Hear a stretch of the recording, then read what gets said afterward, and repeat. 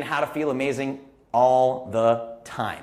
Every single person who has ever come to me, every single person, fit, overweight, skinny, whatever, every single one of you that has ever come to me is carbohydrate dependent. I call you sugar burners. That's what I call them, sugar burners. Every single one of you has come to me as a sugar burner. What is a sugar burner? So a sugar burner is basically this. You wake up in the morning, you take in some carbohydrates, wham! Spike your insulin, spike your blood sugar, spike your energy. A couple hours later, now it's what, 10 a.m., 11 a.m., you're at work, you need another cup of coffee, reach for a granola bar, more sugar, carb. Ooh, I got a little more energy. And then 2 hours later, you're crashing again. What do you reach for? Caffeine and energy drink, more sugar, spike, boom. You do this roller coaster all day, every day. And what comes of that? You need to eat every 2 hours. You wake up in the morning, but you never really feel quite rested. You don't feel ready to jump on the day. You have mood swings. People get hangry. We have terms for this, like hangry and all this stuff, right? So you live on soda, energy drinks, carbohydrates, just to keep yourself going through the day. And side note, we also do this with our kids, which is basically child abuse. It's ridiculous. So in America, the 2 p.m. struggle is very real. The 2 p.m. struggle. You guys know what that is, right? Everybody needs a nap or another cup of coffee or another energy drink just to keep going through the day. So I'll give you a quick story about this because it's fun. My dad is an entrepreneur, ultimate entrepreneur, the man who raised me to be an entrepreneur. He's incredible. But when we were little kids, he was working 80 hours a week, sleeping with a beeper on his chest when we still had beepers. Wake up in the middle of the night because somebody's system network went down and he had to go fix it, crawling through ceiling tiles in the middle of the night, running wires, right? My dad was a savage, just an amazing entrepreneur. But he worked out of this little office that he had, his first office. And he told me he used to live on Wendy's, Burger King, whatever, soda, fast food, milkshakes. And at 2 p.m. every day, in his suit and tie, he'd lay down on the floor of his office and take a nap. And he told me that he used to think to himself, I will know I'm successful when I finally have a really nice couch in my own office so I can lay down and take a nap in the middle of the day so I don't have to sleep on the floor anymore. That was his marker for success, right? And he went on to build an astronomically successful company over 25 years with over 300 employees. He did very, very well. Probably would have done even better if he knew these nutrition secrets now, and he'll be the first to admit that. So the crazy thing is we've just accepted this nonsense. We've accepted that we crash all the time. We're just used to crashing. We're used to feeling tired, we're used to feeling crappy, and we're used to reaching for these poor fuel sources to just keep this spike and crash happening all day long. It's crazy. We're gonna feel tired and hungry and hangry and whatever, all day, every day. So what's the reason for this?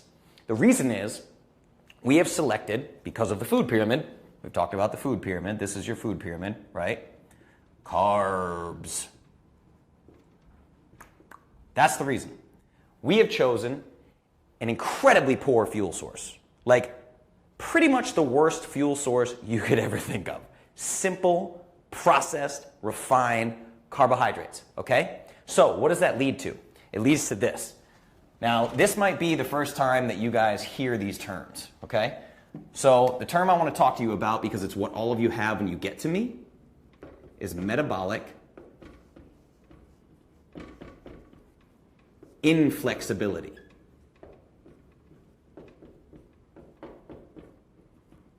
This is a long word. Flexibility. Metabolic inflexibility, right? So what does that come from? Now, in a perfect world, there are two major fuel sources. You have glucose, carbohydrates, and you have fatty acids. Now, fatty acids are a much better fuel source, much better fuel source. So, glucose should be thought of as all carbohydrates.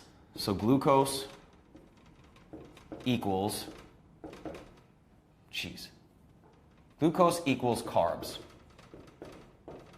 All carbs become glucose in the system at one point or another. Your body doesn't know the difference between these different carbohydrate sources, okay? So think of carbs and glucose. Those terms are now interchangeable, right? So your body burns glucose because it burns the fastest. It's the quickest and easiest and cheapest fuel source. And then fatty acids are a much superior fuel source, but they burn a little bit differently. The body has to convert them into something called ketones before it can burn them. So the way I want you to think about this is, let's say you're in Alaska and you're freezing, it's the middle of the night, you need to make it through the night, you need to build a fire for you to live, right? Think of it like this. Glucose is newspaper. So you have a big giant pile of newspaper that somebody gave you, right? Society is constantly giving us carbohydrates, constantly. So somebody's just delivering newspaper to you in Alaska, and you need to survive with this fire. If all you have is newspaper to keep that fire burning, to sustain, you're gonna die in Alaska, 100%. You just throw newspaper on the fire, it keeps burning, burning, burning. And what else does newspaper do when you throw it on a fire? Turns into ash and soot, spits out in the atmosphere, floats away, you're breathing in black, dirty air, right? It's literally like polluting the air. It's like pollution, right? Those are your carbohydrates, fast burning and polluting. You're literally polluting your body. Burning carbohydrates promotes oxidative stress through releasing free radicals in your system. Think of it like that. Burning glucose is polluting your body. Literally polluting your body. And that's what we live on all day, every day. Now, fatty acids, if you think of fatty acids, they burn long and clean. So you have the newspapers you throw on the fire and they sprinkle up in the air, pollute, ash, soot, nasty, dirty burning, right? Big fat logs burn, they light up big red ambers and they just burn, they sustain. It's a long burning fuel source. It's sustainable for a long, long time. When your body's running on fat, you never get hungry, you don't have the spikes and crashes. It's an equal level amount of energy that you can just ride forever, right? I never get hungry. I'm fat adapted. I literally never get hungry. I just eat when it's time to eat, okay? But the problem is, we've given the body so much glucose for so long that our body literally forgot how to burn fat, right? Forgot how to burn fat. We all have fat on our body. There's essential body fat percentage. You can't get below a certain body fat percentage or you die. We have stored body fat. We have energy literally clinging to us, living on us, that we cannot access because of glucose carbohydrate dependency. We can't do this. You can't burn fat. By the time you get to me, you can't burn fat. And this is why every single traditional diet that you try fails, because even the initial weight loss success, right? You're not losing fat. You're losing weight. You're losing water weight. You're burning muscle tissue. You're just losing overall weight. That's not a good thing. It's not healthy. It's not sustainable. So remember, with excess glucose in the system, you cannot burn fat. It's impossible, right? That's why these diets fail long term. It's not actually fat loss. That's why I always tell you I don't care about weight loss. I don't care about a scale, because weight loss doesn't tell the whole story. I want to know if you're losing fat, okay? So the secret to weight loss, this comes into a question I get in the academy all the time, endocrinology and the hormone system, right? Most women come to me with a hormone disruption, and a lot of things come into play here, like birth control and all these things, and PMS and your cycle, all this stuff comes into play. Hormones run the show. Hormones run everything. The secret to weight loss is hormone optimization. We need to balance out your hormones and get things working correctly, primarily through moderating insulin production. So without insulin, the body cannot store fat, okay? So insulin equals fat storage. Okay? So if we can regulate insulin, minimize fat storage, right? Without a surplus of insulin, you can't store body fat, right? So it would make sense to regulate or moderate that insulin production, the insulin secretion.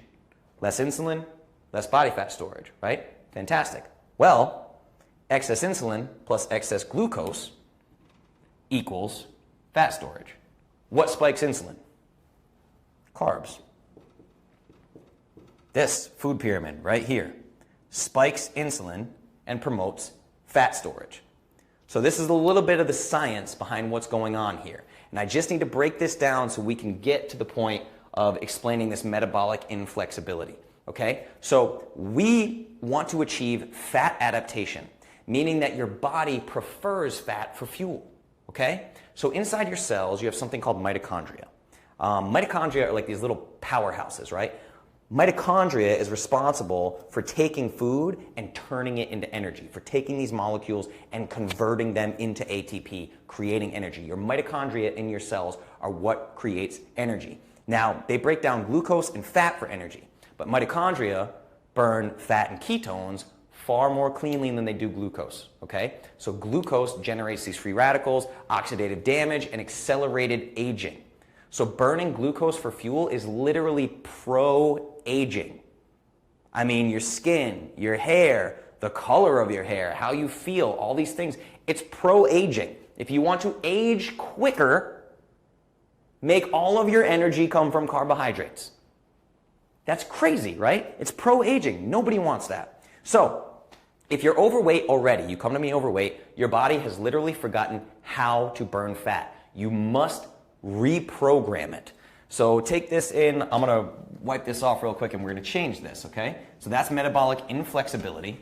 So if we talk about the opposite of that, metabolic flexibility. Now metabolic flexibility means that glucose and fat can be utilized for fuel effortlessly as needed.